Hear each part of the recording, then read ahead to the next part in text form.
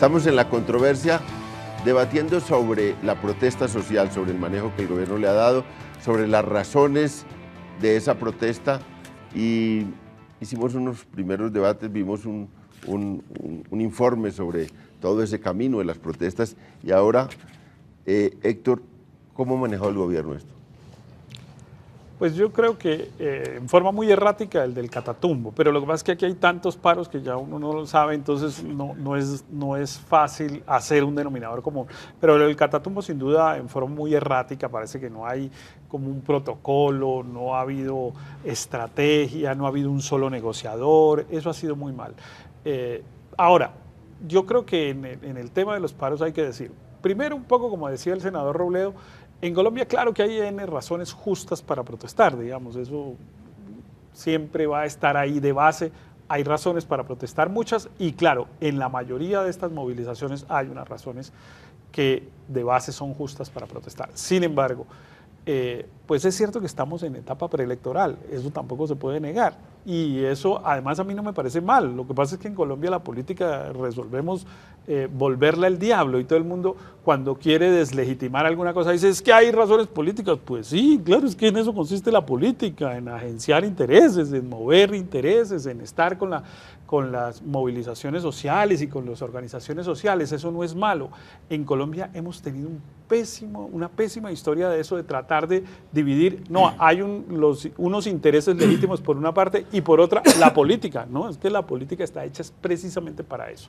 Entonces a mí no me parece, digamos, que sea correcto pretender deslegitimar las movilizaciones sobre texto de la política, pero que hay intereses políticos, pues claro que hay intereses políticos, que hay intereses electorales, claro que hay intereses electorales, y eso es absolutamente legítimo. Ahora, en Colombia hay unos estudios incluso que es interesantísimo mirar, y es que parte del problema de la democracia es precisamente que estos conflictos no se resuelven por las vías de la política, sino por las vías de la violencia, y que parte de lo que hay que hacer para superar los problemas colombianos es que ese tipo de conflictos se puedan resolver por la vía de la política. Entonces, que hay política también es cierto.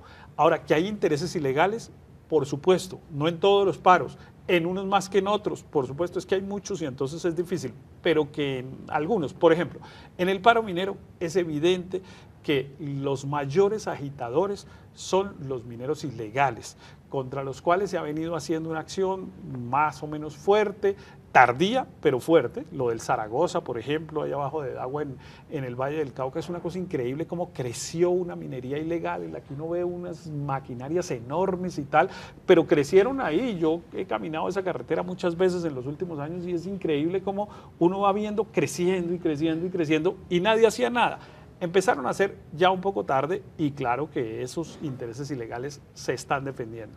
Lo mismo en el Catatumbo, de la gente que cultiva coca, y en fin. Ahora, hay otros en los cuales los intereses, digamos, más de los sectores agropecuarios, cacaoteros, cafeteros, etcétera, pues ahí no hay ni de lo uno ni de lo otro, y ahí hay más intereses políticos, electorales, a mi modo de ver, absolutamente legítimos. Pero yo creo, para volver al inicio, que fue la pregunta de cómo ha manejado el gobierno, yo creo que lo hizo en forma muy errática en el Catatumbo, y creo que en los otros ha ido teniendo ya un aprendizaje que le ha servido. Es, a ver, vamos a conversar, vamos a discutir unas cosas, pero no nos vamos a dejar presionar con vías de hecho. Por ejemplo, lo que pasó y con esto termino, en el aeropuerto de Quibdó.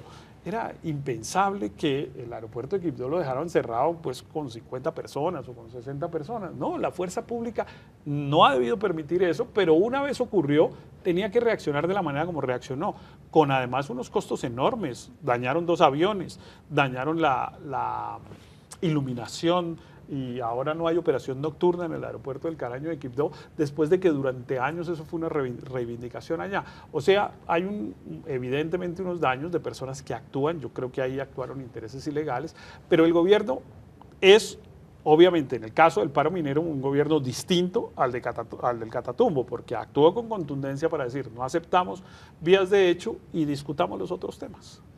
Ahora, Antonio, hay un ingrediente de violencia muy grande, y eso es muy grave. Del lado de allá, pues claro, los paros, los bloqueos. Del lado de acá, lo del Catatumbo, ya hay una tragedia porque son 4 muertos, 4 campesinos muertos. Eso Eso se va contra el Estado duro, porque ahora que están las investigaciones, de todas maneras ahí van a ir aclarando de dónde vinieron las balas y cómo es el tema, digamos. Estos ingredientes de violencia es, digamos, el pretexto para a veces parar, no atender las reivindicaciones y el involucramiento como hoy de las FARC, que me parece una torpeza enorme de una guerrilla que además pues no solo pues le da la razón a los que dicen que están infiltrando esas marchas, sino que pues le dice que están las armas para un paro de campesinos a la disposición. A uno le parece apócrifo, incluso ese comunicado. No puede ser tan torpe un frente guerrillero para poner de carne de cañón a los campesinos. ¿Usted qué es? Lo primero que tendría que decir es que la teoría conspirativa resultó finalmente inútil para la solución de estos problemas. El gobierno tiene que actuar con sensatez, asumir de que esta explicación a partir de la cual se asocian todos estos movimientos con manipulaciones violentas, la FARC, etcétera, etcétera, entre otras cosas porque está ponderando a una guerrilla que para efectos de toda esta negociación, etcétera, la consideraban derrotada. Aquí hay un contrasentido. Se le está adjudicando un poder de desestabilización a la FARC y a la guerrilla que no lo tiene. Entonces, por un lado se afirma que la guerrilla está militar y políticamente derrotada y por el otro lado se le adjudican las posibilidades que se le están adjudicando de poner patas para arriba al país. Yo no creo que eso sea así. Lo primero que el gobierno tiene que aceptar es que esto está asociado a reclamaciones justas. Yo reivindico eso, pero además yo creo que esto no es mal síntoma. Yo creo que esto es un síntoma que expresa las fortalezas de la democracia, de una ciudadanía activa. Mire, de pronto lo más importante, creo yo, de todo este proceso de La Habana es que de pronto crea un ambiente favorable a las reclamaciones sociales y a la posibilidad de plantearse agendas sociales y agendas de cambio en el posible posconflicto, que yo creo que irremediablemente tendríamos que ir hacia allá. No sé qué pretexto, cuando haya cierre político del conflicto armado, va a haber unas condiciones políticas que van a invitar a la protesta social, a una ciudadanía deliberante, activa, protagónica. Van a haber muchas más movilizaciones sociales de las que se están presentando ahora. Yo no sé entonces a quién se le va a adjudicar la responsabilidad. Entonces, sí creo que hay que diferenciar. Estas protestas están ligadas a condiciones de injusticias sociales históricas, que el gobierno no le cuesta sencillamente reconocer, porque no lo estamos culpando a él como hacedor de estos desajustes sociales. Él perfectamente puede decir, mire, yo heredé una situación que es estructural, que es histórica, de exclusión, de segregación social, de falta de oportunidades. Entonces aquí hay una cantidad de falencias estructurales en el diseño de la sociedad colombiana que se están expresando por doquier. Ahora, lo que sí me parece a mí inadmisible es no la utilización política. A mí me parece que eso también es saludable. Yo creo que ese prejuicio donde los movimientos sociales tienen que estar al margen de las cosas políticas, yo creo que es deseable que las reclamaciones sociales ojalá tengan una expresión política lo más organizada y ojalá se canalicen por vía de los partidos, etcétera. Eso es deseable en cualquier democracia relativamente cualificada, moderna, etcétera. Lo que es indeseable es la utilización desde la ilegalidad, actores armados, etcétera, etcétera. Me parece, por ejemplo, que no le hace ningún beneficio a la protesta social, en el caso del Catatumbo, por ejemplo, las declaraciones en caso de que sean ciertas, porque a uno le parece que semejante error político no puede ser de gente medianamente sensata. El frente, yo no sé si es el Frente Décimo, el Frente de la FARC que opera en el Catatumbo, a decir que pone a disposición de los marchistas. Frente del Magdalena Medio. El Frente de Magdalena Medio, hombres, armas para defender. Dígame usted, no le están haciendo bien a la protesta social. Yo creo que los líderes deben apresurarse hoy a rechazar ese tipo de apoyos, entre comillas, que resultan finalmente siendo el abrazo del oso. En el tema minero, diría yo, por ejemplo, en el tema minero y en el tema agrario, yo lo que creo es que se está constatando el fracaso de dos modelos. Yo creo que no entiendo por qué el gobierno insiste en que en el país no se debe discutir el tema del modelo de desarrollo, cuando lo que está haciendo crisis es eso. Eso hay que aceptarlo. Lo aceptan todos incluso los mentores originarios del modelo neoliberal, ya le están sacando el kit al modelo al ver las falencias y las tragedias sociales que se ha operado la implementación de un modelo antiambiental y antisocial. Ya llegó el momento de reconocer, y el posconflicto es eso, es el escenario de discusión de replantearse el modelo o elementos del modelo, reestructuraciones del modelo, etcétera, pero en el caso minero y en el caso de las protestas agrarias, lo que se evidencia es el fracaso, en el caso agrario, de un modelo que se fundamentó en el latifundismo improductivo, y en el caso del sector minero, el fracaso del modelo extractivista minero, depredador no solamente de las circunstancias sociales, sino también depredador del medio ambiente y de la naturaleza, como lo registran muy evidentemente el último informe, el estudio que hace la Contraloría General de la República. Bueno, Antonio ya se metió por unas honduras del modelo de desarrollo, pero, senador Robledo, una de las paradojas que ha tenido esto es que se sabe que la zona de reserva campesina del Catatumbo ya iba muy avanzada en sus estudios y en la posibilidad de implementación, y que esa es la reivindicación principal. Y en vez de avanzar en ese camino de la zona de reserva campesina, las fuerzas se polarizaron y digamos, prácticamente el paro no sirvió para acelerar eso, sino para cancelar esa posibilidad a corto tiempo. ¿Por qué esa contradicción tan extraña? A ver, digamos esto, yo conozco mejor el tema minero y el tema cafetero, el tema de Catatumbo no lo conozco muy bien, fuera la que yo dije que creo que hay unas condiciones de miseria horribles, pero sobre las zonas de reserva campesina, digamos esto, que es donde parece haber, eso no empezó por ahí, no empezó por otras cosas, pero allá terminó.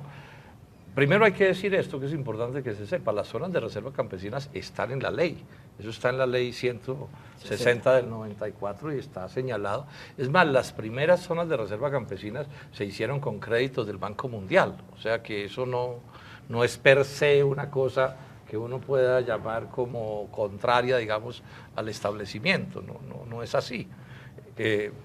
Sin embargo, el hecho de que eso haya sido tema de conversación en La Habana, sí, entonces empieza a generar, interpreto yo, una situación que es nueva, ¿sí? Porque es un poco, algo le entendía a Santos, decir, no, lo que pasa es que una cosa es que algo de reservas campesinas salga de un acuerdo en La Habana, y otra cosa es que me las vayan a imponer los de La Habana, pues es lo que dice Santos, ¿cierto? De hecho, en un sitio o en otro. Ahora, esas zonas de reserva campesinas, mientras haya, digamos, actores armados en el país, pues se prestan para todo tipo de interpretaciones. Yo en el caso del pueblo he dicho de manera clarísima. O sea, el proceso de paz tiene que concluir en que aquí no va a haber nadie armado haciendo política en Colombia. Sí, o sea, que el monopolio de las armas lo va a tener el Estado. Y mientras el proceso de paz no concluya, hay una aprensión muy grande de mucha gente diciendo, bueno, pero ¿de qué es de lo que se trata? Entonces, yo creo que todo esto, más, digamos, todas las dificultades que tiene el proceso de paz, al mezclarse los dos temas, entonces se empieza a volver mucho más difícil de manejar políticamente. Creo que es un poco lo que hay, pero sin embargo, repito, no tengo información de detalle y es probable que esto sea más una especulación que otra cosa, pero también es probable que ese sea el fondo del asunto, porque insisto, en la legislación colombiana están, o sea que tramitar una zona de reserva campesina pues no es ninguna, sí, digamos, cosa del otro mundo. Es al revés, las zonas de reserva campesina las impulsó el gobierno de entonces. En 1994 fue el gobierno el que presentó un proyecto de ley que incluía las zonas de reserva campesina y que finalmente fueron aprobadas y después fueron desarrolladas también oficialmente. Tienen un propósito que a mí me parece absolutamente dañino que se estén estigmatizando de la manera como se están estigmatizando, porque básicamente tienen un propósito que es proteger unas zonas para la economía campesina. Y lo que tiene de consecuencia la declaratoria de una zona de reserva campesina es la limitación a la propiedad privada en términos de extensión. No puede haber latifundios en esa zona, eso es todo. Y eso está muy bien que ocurra y está muy bien que ocurra en unas determinadas zonas y es más, es una cosa que es deseable que se extienda en otras partes. Después hubo toda esta otra cosa de las unidades agropecuarias familiares, las UAF y tal, que fue como otra manera, pero ya no respecto de la propiedad privada, sino de la que tenía origen estatal, que son los baldíos, que es una cosa distinta y que entonces se protege no solamente por proteger la economía campesina, sino sobre todo por proteger una propiedad que viene de ser estatal, pasa a ser privada para que no pase a convertirse en grandes terratenientes. Entonces, las zonas de reserva campesina, a mi modo de ver, son deseables y es lastimoso que esté pasando lo que está pasando, en primer lugar. En segundo lugar, ocurrió una cosa sobre la que no tengo suficiente información. ¿Por qué ocurrió? Pero ocurrió, que es que hay 6 zonas de reserva campesina en Colombia hoy y todas coinciden con una muy fuerte presencia de la guerrilla y de la guerrilla de las FARC y digamos en unas zonas en las cuales en algunos casos hubo dominio territorial de las FARC y hay una presencia muy importante de las FARC. ¿Por qué pasó eso? Vale la pena preguntarse, porque es que las zonas de reserva campesina no las declaran las FARC, las declara un acto administrativo oficial del Estado. Y entonces, ¿cómo pasó esa coincidencia? Si fue que primero se declararon zona de reserva campesina y después esas áreas fueron tomadas por la guerrilla, o cómo, vale la pena estudiarlo. Pero la desgracia que ocurrió es la que menciona el senador Robledo, que es que terminó trastocándose la agenda de La Habana con la negociación en el Catatumbo. Entonces, claro, ha aparecido, y con esta declaración a la que hacía referencia Antonio hace un momento, sí que es peor, porque lo que ha aparecido es que lo que las FARC no logran conseguir en la mesa de negociación en La Habana, vienen a tratar de conseguirlo en movilizaciones sociales infiltradas como estas. Entonces, ahí sí creo que se requiere una mayor pedagogía incluso, porque a mí me parece que a la gente no le explican adecuadamente de qué se trata ni en qué consiste la discusión. Ahora, mi convicción es que antes, que por el contrario, el que el Estado decrete una zona de reserva campesina y ofrezca unas salidas al campesinado de mejoramiento de su vida, de su propiedad, recursos de asistencia técnica, créditos, proyectos productivos y seguridad, al contrario de lanzar esos campesinos a la guerrilla, los atrae al Estado porque los hace beneficiarios del Estado y la guerrilla tiene muy poco que ofrecer en ese camino. Y aquí se opera, doctor García Realpe, como al contrario, de que darle una zona de reserva campesina a los campesinos es tirarlos en manos de las FARC. Creo que taponar esos procesos es tirarlos en manos de la guerrilla. Yo pienso que, además de ser legales, las zonas de reserva campesina son convenientes, son oportunas, pero lastimosamente este pleito del Catatumbo satanizó las zonas de reserva campesina en Colombia, lastimosamente, siendo legales y convenientes. Y la verdad, tenemos que pasar esta página de esta discusión en medio de la violencia o de la protesta y de esta metida de patas de este frente guerrillero, que lo que hizo fue hacer un gran favor al gobierno ante el país en ese conflicto de la solución de la protesta del Catatumbo. Le hizo un favor al gobierno ese frente guerrillero de las FARC. En ese proceso de negociación, hoy la sociedad colombiana va a ser menos rigurosa con el gobierno si hay actos de fuerza. Entonces, en el tema de las zonas de reserva campesina, hay que involucrar no solamente responsabilidades del gobierno en materia de inversión, en materia de crear allá asociatividad productiva, de desarrollar infraestructura, sino también unas sanas y buenas costumbres de los beneficiarios de las zonas de reserva campesina. ¿Y cuál es la sana? Que no haya presencia de cultivos ilícitos, por ejemplo. Esa es una gran medida, que los campesinos ellos mismos se comprometan, a cambio de las buenas inversiones del Estado, a que allá en zonas de reserva campesina no haya cultivos ilícitos y que no haya ese combustible para financiar movimientos armados ilegales, que más adelante, ojalá, con el proceso de paz no haya guerrilla, pero habrá movimientos ilegales si hay ese combustible de los cultivos ilícitos. A mí me parece que de pasar esta página del Catatumbo, ojalá solucionado en una buena mesa de negociación, en unos buenos acuerdos, en unas buenas actas que tengan seguimiento, cumplimiento, evaluación de los compromisos que haga el gobierno con estos campesinos, retomemos ya una discusión en frío, racionalmente, con racionalidad pública, el tema de las zonas de reserva campesina, muy necesarias para superar temas de pobreza, temas de producción, temas de mercadeo, temas de vida de los campesinos en el sector rural. No, es que hay que cambiar las lógicas. Es decir, aquí hay una lógica perversa. La calificación o descalificación de estas pretensiones sociales están ligadas a que la FARC las utilice políticamente o no. Yo creo que no. Es decir, las zonas de reserva campesina no las plantean los movimientos agrarios porque las haya planteado la FARC en Habana. Es lo contrario. Las zonas de reserva campesina las plantea la FARC en la mesa de La Habana porque fueron planteadas por el movimiento agrario, pero además no solo con el tema de reserva campesina. Usted ve programas sociales, empleo, entonces crédito, entonces usted va a estigmatizar toda la cantidad de reivindicaciones que plantean la FARC. Van a seguir planteando esas y muchas otras reivindicaciones. Usted va a descalificar esas reivindicaciones sencillamente porque la FARC, en su empeño, además diría yo, desde su punto de vista legítimo de tratar de conectarse con aspiraciones sociales, las plantea en la mesa de La Habana. Por esa vía, entonces, sencillamente vas a terminar tú estigmatizando todas las reclamaciones sociales de los movimientos sociales en Colombia, y ese sí es un terreno bien complicadísimo.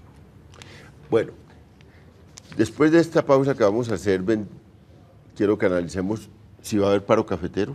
Eso es una de las cosas. Si va a haber, digamos, ¿Por qué señalan senadores? El jefe de los paros cafeteros. No, porque le toca el turno de intervenir. No, porque pareció ahí.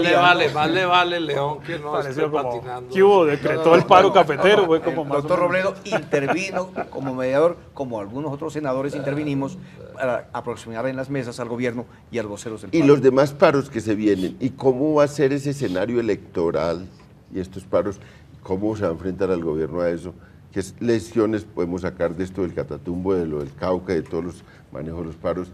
Luego de que hagamos una pausa, venimos a esta discusión.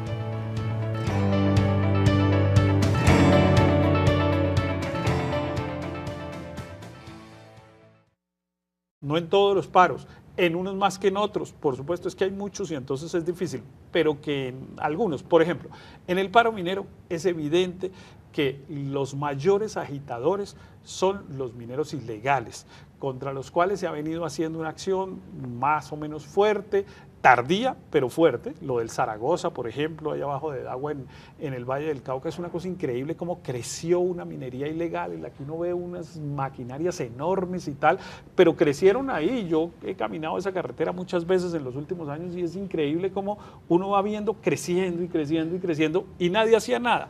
Empezaron a ser ya un poco tarde y claro que esos intereses ilegales se están defendiendo.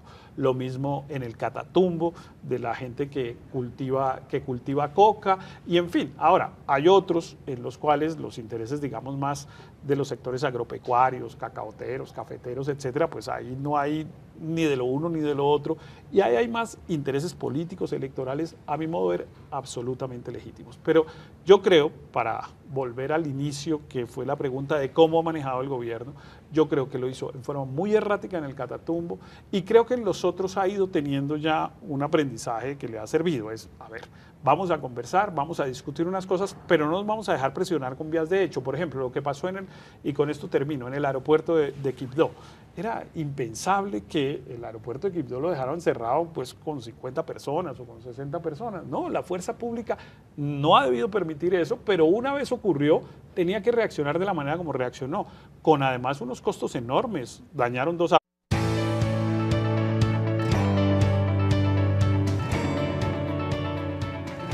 Estamos en la controversia debatiendo sobre la protesta social, sobre el manejo que el gobierno le ha dado, sobre las razones de esa protesta, y hicimos unos primeros debates, vimos un informe sobre todo ese camino de las protestas, y ahora, Héctor, ¿cómo ha manejado el gobierno esto? Pues yo creo que en forma muy errática el del Catatumbo, pero lo que pasa es que aquí hay tantos paros que ya uno no lo sabe, entonces no es fácil hacer un denominador común. Pero el Catatumbo sin duda en forma muy errática, parece que no hay como un protocolo, no ha habido estrategia, no ha habido un solo negociador, eso ha sido muy mal. Ahora, yo creo que en el tema de los paros hay que decir, primero un poco como decía el senador Robledo, en Colombia, claro que hay N razones justas para protestar, digamos, eso siempre va a estar ahí de base. Hay razones para protestar, muchas, y claro, en la mayoría de estas movilizaciones hay unas razones que de base son justas para protestar. Sin embargo, pues es cierto que estamos en etapa preelectoral, eso tampoco se puede negar. Y eso además a mí no me parece mal. Lo que pasa es que en Colombia la política resolvemos volverla el diablo y todo el mundo cuando quiere deslegitimar alguna cosa dice es que hay razones políticas. Pues sí, claro, es que en eso consiste la política, en agenciar intereses, en mover intereses, en estar con las movilizaciones sociales y con las organizaciones sociales. Eso no es malo.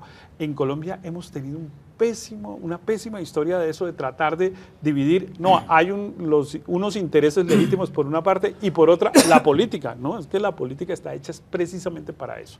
Entonces a mí no me parece, digamos, que sea correcto pretender deslegitimar las movilizaciones sobre texto de la política. Pero que hay intereses políticos, pues claro que hay intereses políticos, que hay intereses electorales, claro que hay intereses electorales, y eso es absolutamente legítimo. Ahora, en Colombia hay unos estudios, incluso que es interesantísimo mirar, y es que parte del problema de la democracia es precisamente que estos conflictos no se resuelven por las vías de la política, sino por las vías de la violencia, y que parte de lo que hay que hacer para superar los problemas colombianos es que ese tipo de conflictos se puedan resolver por la vía de la política. Entonces, que hay política, también es cierto.